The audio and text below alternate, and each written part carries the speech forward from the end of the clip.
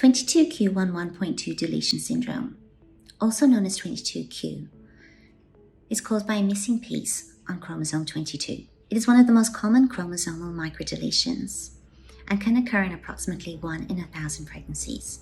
Some people with 22q have very mild features and aren't diagnosed for years, whereas others will have signs of 22q at birth.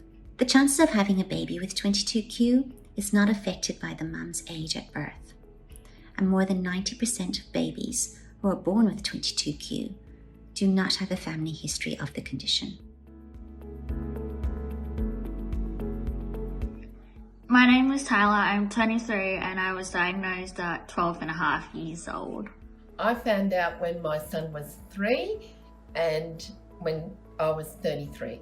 Hi, my name's Georgia. I'm currently 17 years old and I found out that I had 22q when I was 4 years old. When my girls were born, the doctors noticed some abnormalities with their hearts and faces, so did some genetic testing straight away, and 6 weeks later we got the results of a 22q11 deletion in both of them.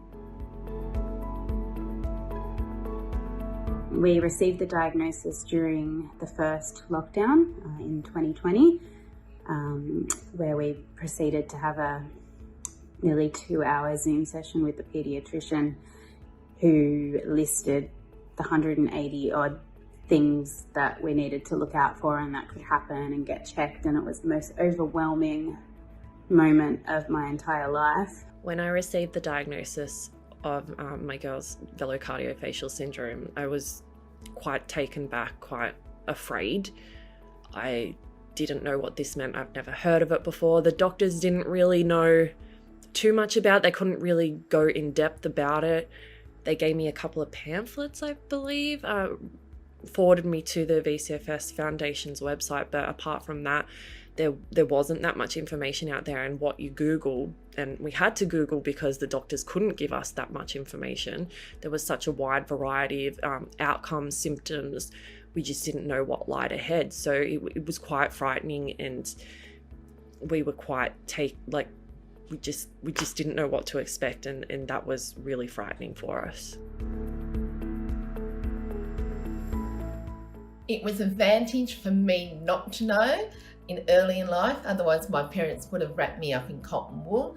But it was an advantage for Christopher to know, because he got extra help in educational needs and with school and TAFE, and now he's a qualified greenkeeper and works full-time. It means I have a unique way of thinking and I'm different to someone else. My older sister has 22q and it's been hard at times because she's needed so much attention.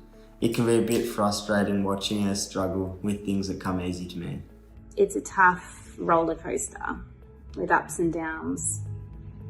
And I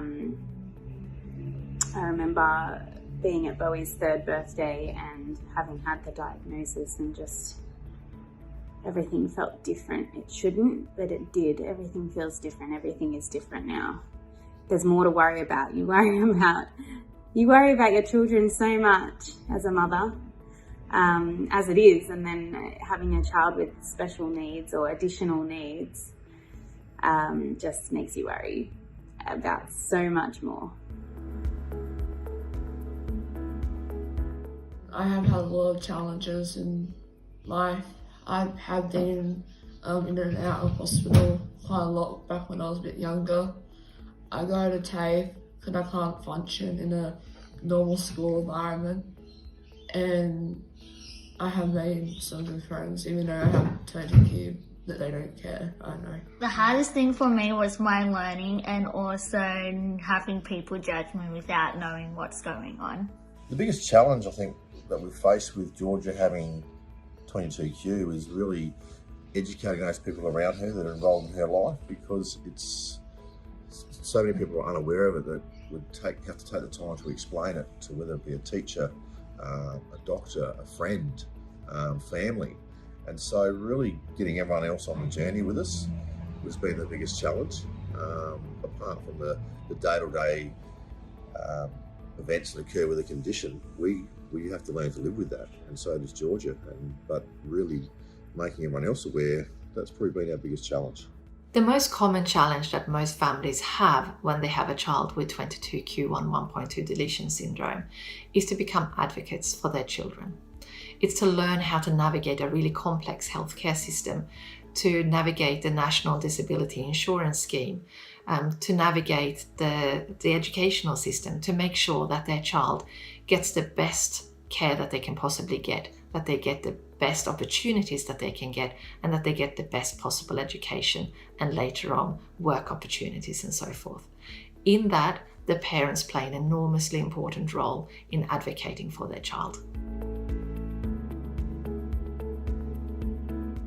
For new parents, I would say that even though it's challenging, have faith that most of these kids do learn and go on to lead independent, happy lives. I'd also advise them to learn from other parents that have been through other similar situations. Receiving a diagnosis is very tough, but finding the support through the 22q Association of Australia and New Zealand and some Facebook groups, you start to learn that you are 100% not the only one. I think 22q deletion syndrome is almost as common as Down syndrome, which everyone seems to know about. I've had the pleasure of working with many families where a child has been affected by 22q.